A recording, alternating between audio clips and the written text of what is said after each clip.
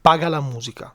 Hai ragione, Anto, il mercato discografico è uno schifo, il mainstream fa schifo, a me fa schifo tutto e infatti seguo solamente quella band e poi conosco tutto di quel cantante e poi sai, ci sarebbe anche quel gruppetto di provincia che ultimamente mi sta piacendo, ho ascoltato qualcosina, quindi sono a posto, sto facendo la mia parte. No, ancora no, soprattutto nel caso della band di provincia. Devi comprare i dischi, devi pagare per la musica. Con dischi non intendo necessariamente il supporto fisico, anche se indubbiamente avrà dei vantaggi. Mi riferisco anche ai download diretti dalla pagina dell'artista, per esempio, all'acquisto di tutti quei prodotti in merchandising, al seguirlo quando va da qualche parte. Il vero atto di ribellione da tutto quello che non ci piace di questa industria musicale si può compiere tramite l'acquisto. È l'acquisto che dimostra all'artista che sta facendo un buon lavoro ed è l'acquisto che gli permette di farne altri. È con i proventi del primo disco che si può permettere di sostenere il secondo. È quando gli abbiamo detto che ci piace il suo album e per questo l'abbiamo acquistato, che contemporaneamente lo stiamo supportando a livello economico, diventiamo i suoi mecenati e al contempo gli stiamo dicendo vai avanti, fai quello che stai facendo, che lo stai facendo bene.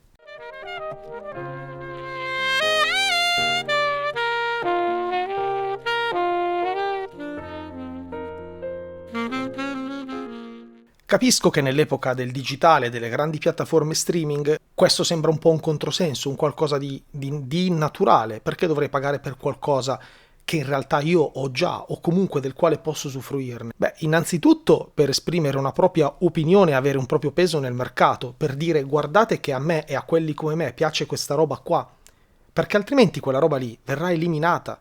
I duetti di Rovazzi e Orietta Berti saranno all'ordine del giorno non solo l'estate, ma anche l'autunno, l'inverno e la primavera.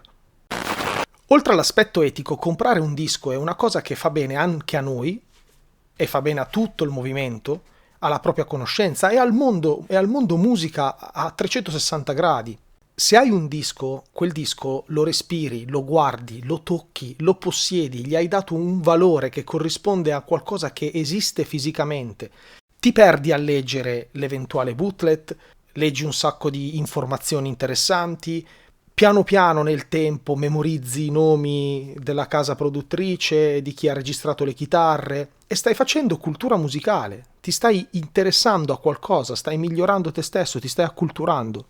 Inoltre se metti su un vinile o un CD in macchina, anche solo di un artista del quale hai sentito solamente 2 o 3 canzoni, sarai portato naturalmente ad ascoltare tutto l'album. Ascoltare tutto l'album significa avere un rapporto con quell'artista e con il suo prodotto artistico che è molto più profondo.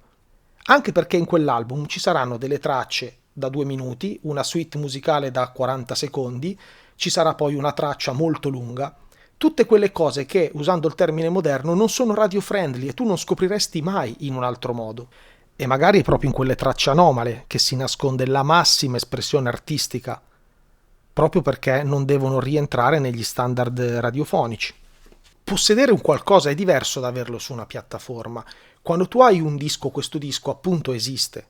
Sta lì, sta con te, lo puoi ascoltare quando vuoi, lo puoi vedere e ti viene voglia di ascoltarlo, vedi la copertina e ti incuriosisce un particolare. Questo è un rapporto diretto con l'oggetto e non è filtrato o dipendente da una password che ti sei dimenticato, dal fatto che sei sul computer del tuo amico, dal fatto che in quel momento quello streaming è interrotto o che la tua connessione non funziona.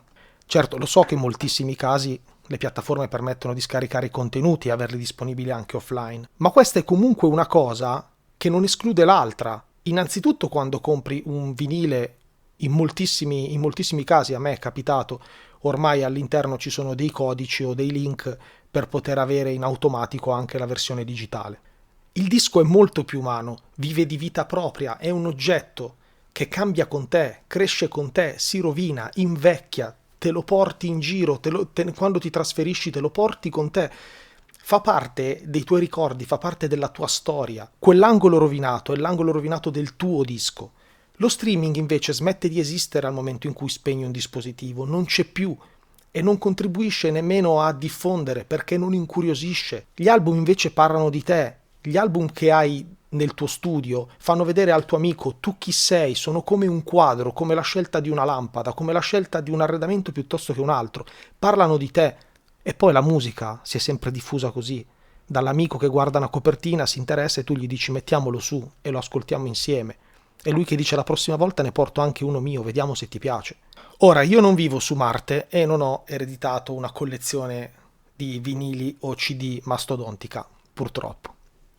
Quindi capisco tutto quello che direte, capisco che c'è una speculazione enorme sulla vendita soprattutto dei vinili, ma lì potrei dirvi che per esempio contemporaneamente ci sono dei CD che si stanno praticamente regalando. Capisco che qualsiasi spesa extra possa considerarsi un problema, molto spesso lo è. E chiaramente se ascolto 10 dischi al mese, io non compro 10 dischi al mese, è chiaro. È chiaro che utilizzo in una maniera positiva le piattaforme di streaming e cerco di ascoltare comunque da lì. Ma quando trovo qualcosa che mi piace, quando trovo qualcosa che secondo me vale la pena di essere fatto di nuovo, anche migliorato magari, lo devo comprare, perché se non lo compro quel qualcosa non esisterà più, verrà divorato dall'enorme macchina alla quale stiamo dedicando tutti questi capitoli.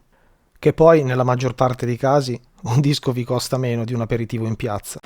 Ah, il mio ultimo acquisto è l'album A di Conroy, ne parleremo nei prossimi giorni.